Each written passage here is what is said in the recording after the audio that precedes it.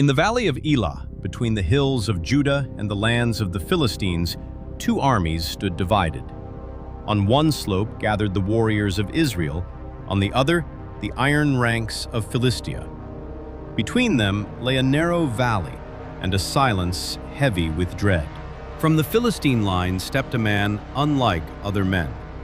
Goliath of Gath, 6 cubits and a span in height, a giant forged for war. Upon his head shone a helmet of bronze, and his body was sheathed in a coat of scale armor weighing 5,000 shekels. Greaves of bronze covered his legs, and a javelin of bronze hung across his shoulders. The shaft of his spear was like a weaver's beam, and its iron head alone weighed 600 shekels. Before him walked his shield-bearer, and the earth seemed to tremble beneath his tread. 40 days he came forth, morning and evening, and cast his challenge across the valley. "Send me a man," he roared, "that we may fight together. If he prevail, we shall be your servants, but if I prevail, then shall you serve us." And when Saul and all Israel heard these words, they were dismayed and greatly afraid. The king sat silent in his tent.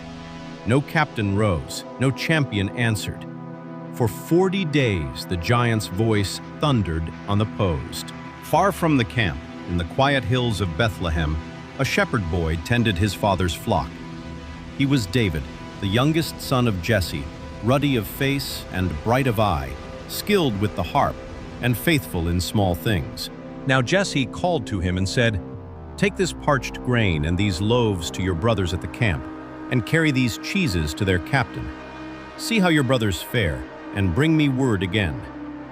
And David rose early, and went as his father had bidden him.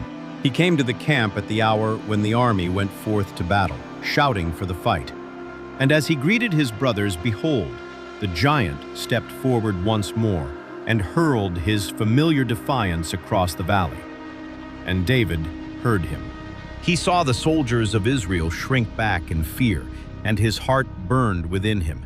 He turned to those beside him and said, "Who is this uncircumcised Philistine, that he should defy the armies of the living God?" But Eliab, his eldest brother, heard him, and his anger was kindled. "Why have you come down here? And with whom have you left those few sheep in the wilderness? I know your pride and the naughtiness of your heart. You have come only to see the battle." But David answered, "What have I now done? Is there not a cause?" And his words were carried to the ears of the king. And Saul sent for him, that this strange shepherd boy might stand before the throne of Israel.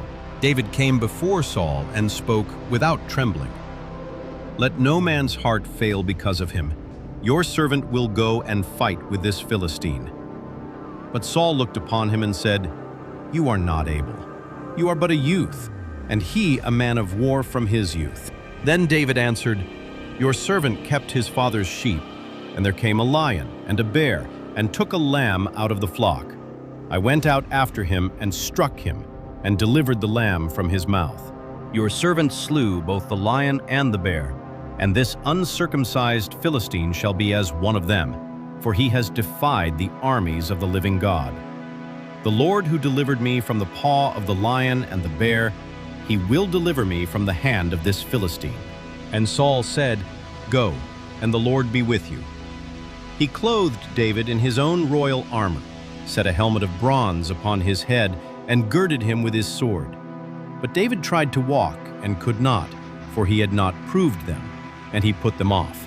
He took his staff in his hand, and chose from the brook 5 smooth stones, and laid them in the shepherd's bag that was upon him, and his sling was in his hand. And so he drew near to the Philistine. When Goliath looked and saw David, he disdained him, for he was but a youth, ruddy and fair of countenance. And the giant cried out in fury, "Am I a dog, that you come at me with sticks? Come to me, and I will give your flesh to the birds of the air." Then David answered the Philistine, "You come to me with a sword, and with a spear, and with a shield.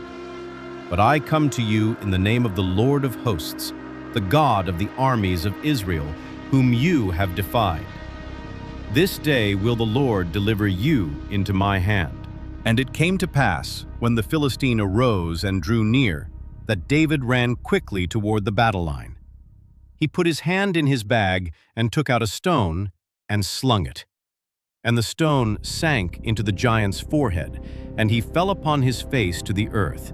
David ran and stood upon the Philistine, and took his sword and drew it from its sheath, and with the giant's own blade he struck off his head.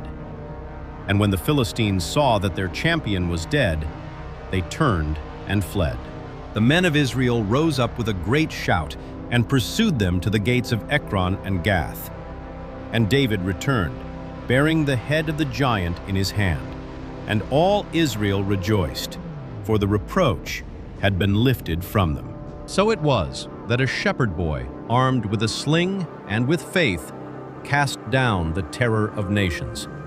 For the battle is not to the strong, nor the victory to the proud, but to those who walk humbly and trust in the Lord of hosts. No giant is too great to fall.